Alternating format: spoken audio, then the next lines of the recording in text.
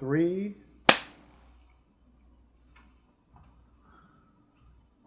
Welcome to Dave and Mackey with Dave and Mackey Photography, where we discuss all things photography and Photoshop.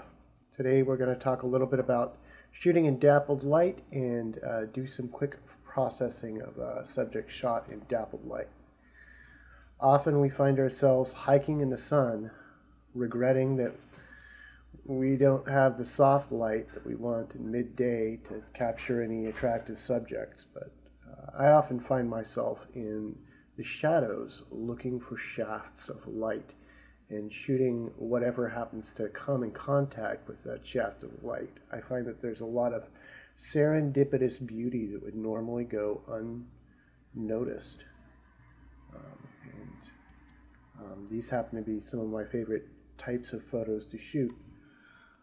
So today we're going to look over this piece of moss that was being illuminated by a shaft of light in the shadows on a clear sunny day.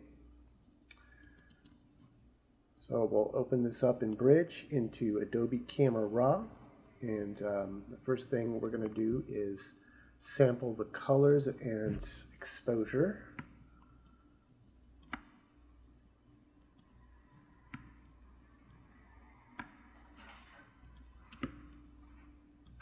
So I'm going to pick a couple of highlights and a couple of shadows.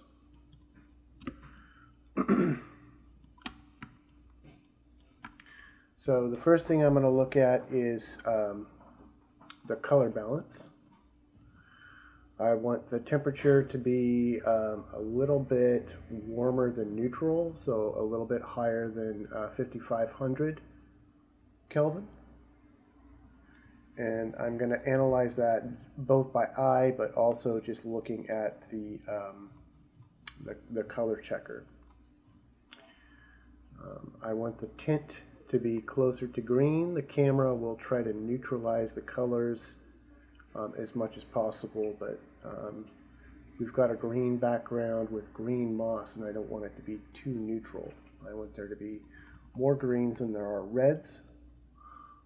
So I'm going to bring the temperature down a little bit, probably closer to neutral,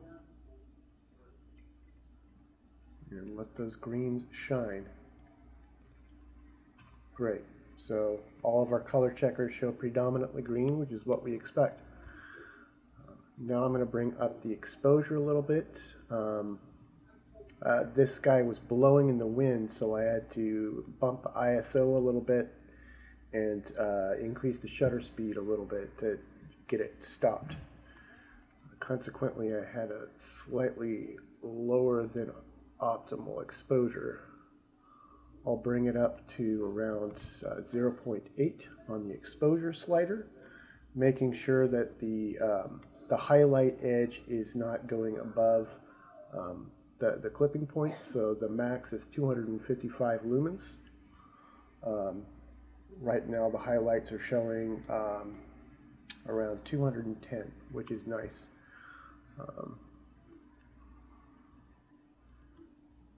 I'm going to bring up the vibrance a little bit, and that is going to help protect the color information in the highlights, and that's going to allow those greens to pop even though they're so bright.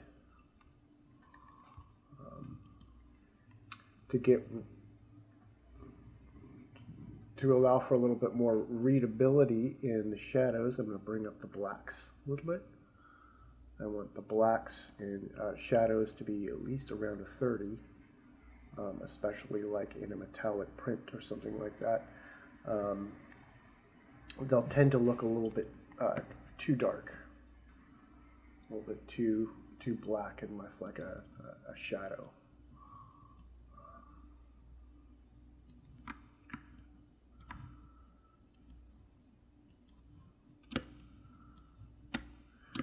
The overall sharpness of the image is good.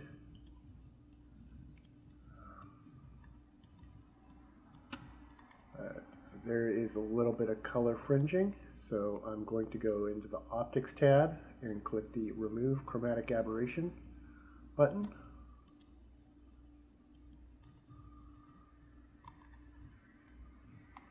And then I'm going to go into the Details tab, and I'm not going to touch the sharpening. It's 40 by default. But what I am going to do is increase the masking, and you can visualize the mask by holding down the Alt button and holding down the left click button on the masking slider. And I'm going to drag this over until just the foreground subject is highlighted. And so this is a great way to reduce noise in your image without actually applying any kind of denoise.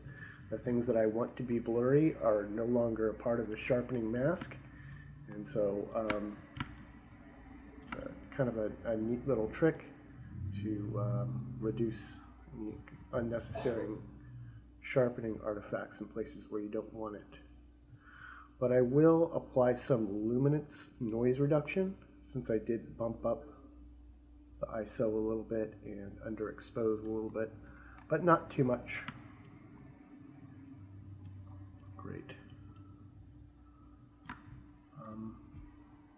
I think that for a subject as simple as this, that is about as far as I want to take it. The highlights are right up on the edge, so right about here. If you brighten the highlights anymore, you start losing texture and color information, so try to avoid that. Open object. And the next thing I'm going to do is remove distracting objects. So I'm going to rasterize this layer and hit Control J to create a copy of it. Right off the bat, I can see that there's a little bit of a cobweb here that I want to remove.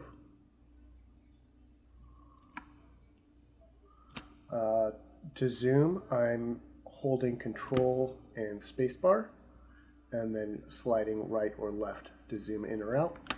And then holding spacebar allows me to scrub.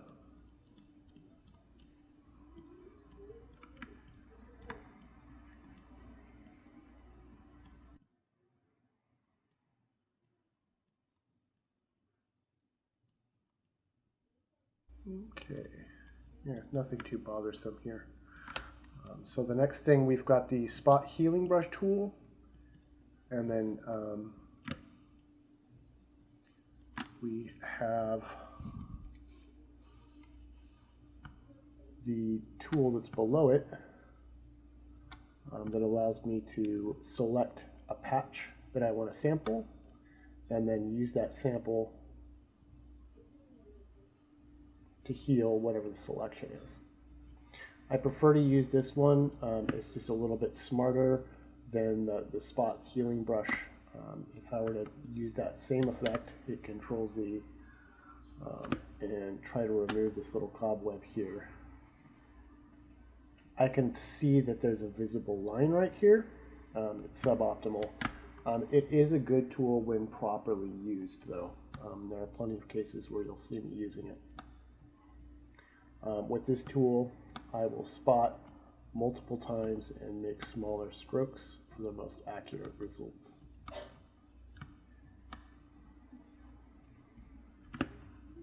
Great.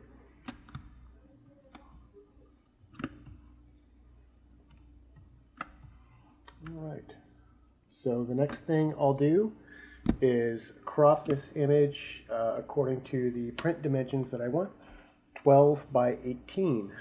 So we can see that this is an 18 by 27 inch photo in 300 ppi. So I will need to crop it according to the dimensions and composition that I want. So I want this to be a rule of diagonals composition, and it's going to be 12 by 18.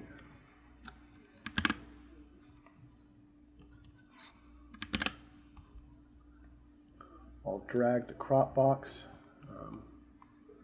to fit the composition that I want.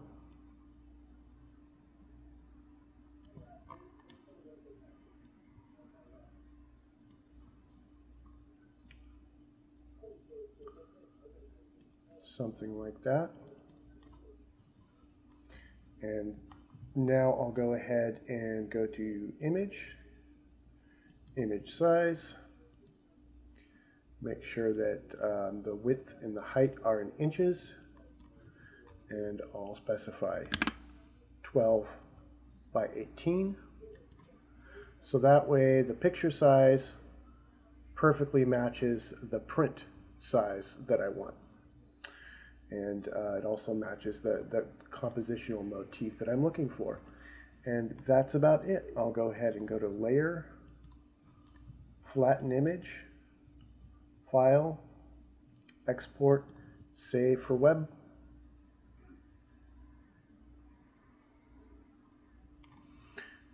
The default settings in here will not be set like this, but I usually have it set for JPEG, and it's going to be the maximum quality setting with the Convert to sRGB checked. Most printers, they specify sRGB for their color gamut, so this is the time where I convert to sRGB, is exporting the image. The quality I'm going to have is nearest neighbor. Hit save, and then I will save it in December as a high quality image.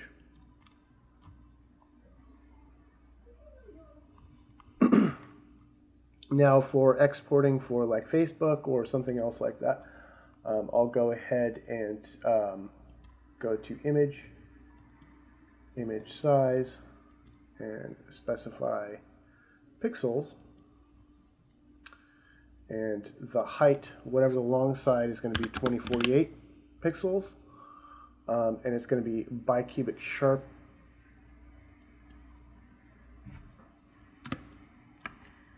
And there is the Facebook image. I'll go ahead and slide my watermark onto it.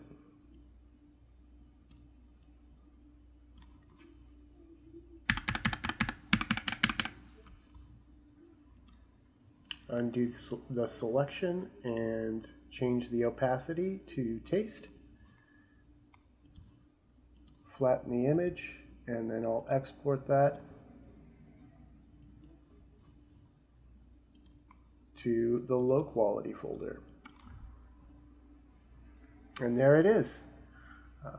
I hope you enjoyed this quick tutorial on shooting dappled light subjects. Be sure to hit the subscribe and like button, and stay tuned for more episodes.